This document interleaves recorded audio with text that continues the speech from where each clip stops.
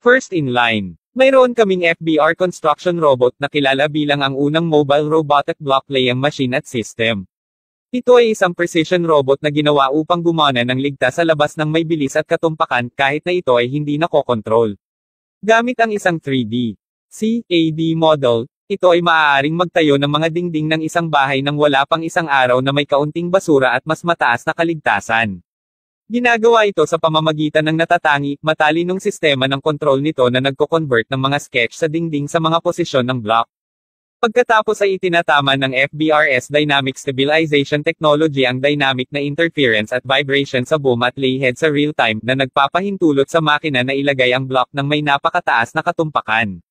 Higit pa rito, binibigyang daan din nito ang lahat ng kasangkot sa proseso ng pagtatayo ng bahay na magtrabaho mula sa isang pinagmumulan lamang ng data, sa makatuwid ay pinapabuti ang pangkalahatang kahusayan ng pagtatayo ng tirahan.